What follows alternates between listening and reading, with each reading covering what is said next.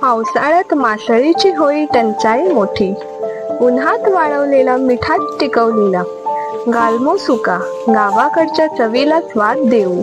कोळी समाजाचा अनुभव, मेहनती शेतकऱ्यांचा आधार, भाकरी सोबत मिळाल्यानं जेवणात भरतो प्रेमाचा आकार.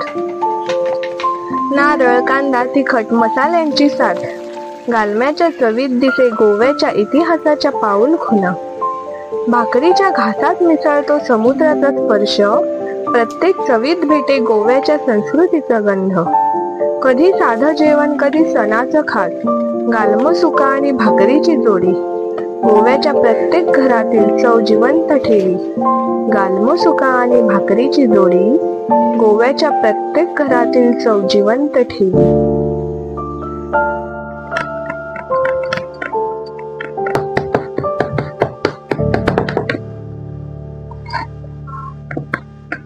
नमस्कार, मी प्राची शेटवेरेकर आणि आज आपण पाहणार आहोत गोव्याची पारंपरिक रेसिपी, जी गोव्याच्या सर्वसामान्य लोकांच्या जीवनाचा अविभाज्य भाग आहे. गालमो म्हणजे सुका झिंगा.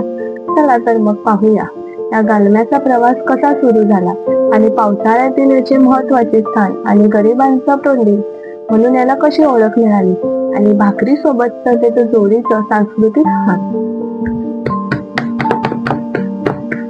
मित्रांनो, गोव्यातील गालमो म्हणजे सुकलेला छोटा झिंगा हा केवळ एक पदार्थ नाही, तर शतकानुशतकापासून चालत आलेली एक परंपरा आहे.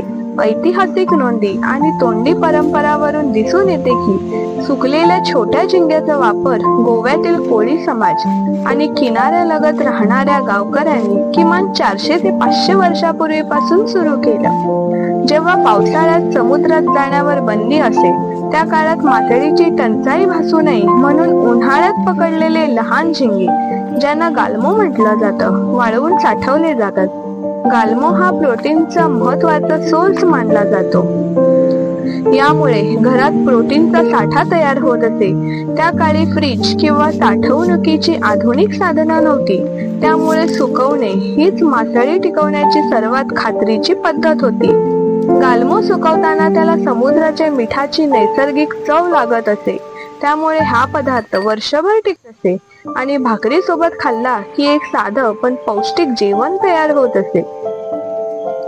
इतिहासात पाहिलं तर पोर्तुगीज काळात सुद्धा गोव्यात सुक्या मासळीचा वापर होत होता. गालमो हा त्यातील एक महत्वाचा भाग होता. ग्रामीण भागात मात्र तो व्यापाराचा नव्हे तर दैनंदिन जगण्याचा आधार होता. म्हणूनच असं म्हणता येईल की गालमो म्हणजे समुद्राची देणगी, जी गोव्यातील लोकांनी शतकानुशतक जोपासलेली आहे. पूर्वीच्या काळात पावसाळा आला की गोव्याच्या समुद्रात मासेमारी बंद असे. अशा वेळी ताज्या मासळीची टंचाई भासत असे. ह्याच काळात सुकवलेला छोटा झिंगा लोकांच्या आहारात एक महत्वाचा आधार बनत असे. पावसाळ्यात ताजे मासे मिळत नसल्यामुळे गालमो हा प्रोटीनचा स्वस्त आणि सहज उपलब्ध स्रोत ठरत असे. गालमो उन्हाळ्यातच वाळवून घरात साठवून ठेवला जाई, त्यामुळे पावसाळ्यात रोज बाजारात जाण्याची गरज नसायची आणि घराघरात मासळीची चव टिकून राहायची. पावसाळ्यात गावाकडे बहुतेक भाकरी, पेज किंवा वरण भात असा आहार असायचा. गालमो सुका हा यासोबत मिळून साधं पण समाधानकारक आणि पौष्टिक जेवण तयार करायचं. त्याच्यामध्ये नैसर्गिक मिठाचा अंश असतो, त्यामुळे तो शरीराला आवश्यक खनिज पुरवतो आणि पावसाळ्यात होणाऱ्या पचनच्या त्रासांवर मात करतो. थोडक्यात सांगायचं झालं तर गालमो म्हणजे पावसाळ्यातील गोवेकरांचं भोजनाचं कवच होतं, ज्यामुळे चव, पौष्टिकता आणि परंपरा एकाच वेळी जपल्या जात होत्या. मित्रांनो, गोव्यातील कोळी समाजाने गालमो, सुकवलेले छोटे झिंगे साठवण्यासाठी अनेक पारंपरिक पद्धती वापरल्या, ज्यात निसर्गाशी जुळवून घेतलेलं शहाणपण दिसतं. झिंगे स्वच्छ धुवून थोडं मीठ लावून ते चटईवर, बांबूच्या सुकड्यांवर उन्हात पसरले जात. 2-3 दिवस प्रखर उन्हात ठेवले की झिंगे पूर्ण कोरडे होऊन टिकाऊ होतात. वाळवताना किंवा वाळवून झाल्यानंतर गालम्यामध्ये मीठ मिसळलं जायचं, यामुळे त्यात ओलावा टिकत नाही आणि मासा कुजत नाही. काही भागात गालमो मातीच्या मोठ्या भांड्यात भरून झाकून लावून ठेवला जात. मातीची भांडी थंड राहायची, त्यामुळे सुकलेले झिंगे दीर्घकाळ टिकायचे. तसेच धूर निघणाऱ्या चुलीच्या वर गालमो लटकवून ठेवले जात. धुरांमुळे कीटकांपासून संरक्षण मिळायचं आणि टिकाऊपणाही वाढायचा. थोडक्यात सांगायचं झालं तर गालमो साठवण्याच्या या पद्धतीमध्ये विज्ञान, निसर्गाशी मैत्री आणि स्थानिक शहाणपण यांचा अप्रतिम संगम दिसतो. मित्रांनो, तुम्हाला माहित आहे का, गालम्याला गरिबाचं प्रोटीन्स असं म्हटलं जातं. यामागे काही ठोस ऐतिहासिक आणि सामाजिक कारणं आहेत. ताज्या मासळीपेक्षा गालमो खूप स्वस्त मिळत असे. गरीब शेतकरी मजूर तो सहज खरेदी करत किंवा स्वतः उन्हात वाळवून साठवत असे. झिंग्यांमध्ये प्रोटीनचं प्रमाण जास्त असतं. गालमो खाल्ल्याने कमी पैशात शरीराला आवश्यक पोषण मिळायचं. पावसाळ्यात ताजी मासळी मिळणं कठीण असायचं. अशा वेळी गालम्याचं महत्त्व वाढायचं आणि तोच गरिबांचा प्रोटीनचा साठा ठरायचा. थोडक्यात सांगायचं झालं तर गालमो सुका हा पैशाने स्वस्त पण पोषणाने समृद्ध असल्यामुळे मेहनती गोवेकरांच्या प्रोटीनचं धन ठरलं. म्हणूनच त्याला गरिबांचा प्रथिन म्हटलं गेलं आहे. मित्रांनो, तसंच जाणून घेऊया गालमो सुका आणि भाकरी ह्या जोडीला गोव्याच्या सांस्कृतिक ओळखीत कोणतं ऐतिहासिक महत्त्व आहे ते. गालमो सुका आणि भाकरी ही जोडी गोव्याच्या सांस्कृतिक ओळखीत केवळ एक जेवण नाही, तर इतिहास, परंपरा आणि समाज जीवनाचा आरसा आहे.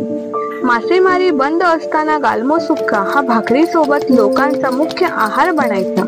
त्यामुळे गोवेकरांच्या अन्न सुरक्षेचा आधारस्तंभ ठरला. गावाकडच्या घरात भाकरी ही रोजची सोबती आणि गालमो हा त्याचा जोडीदार. या जोडीने साधं पण समाधानकारक जीवन ही गोव्याची जीवनशैली दर्शवली आहे.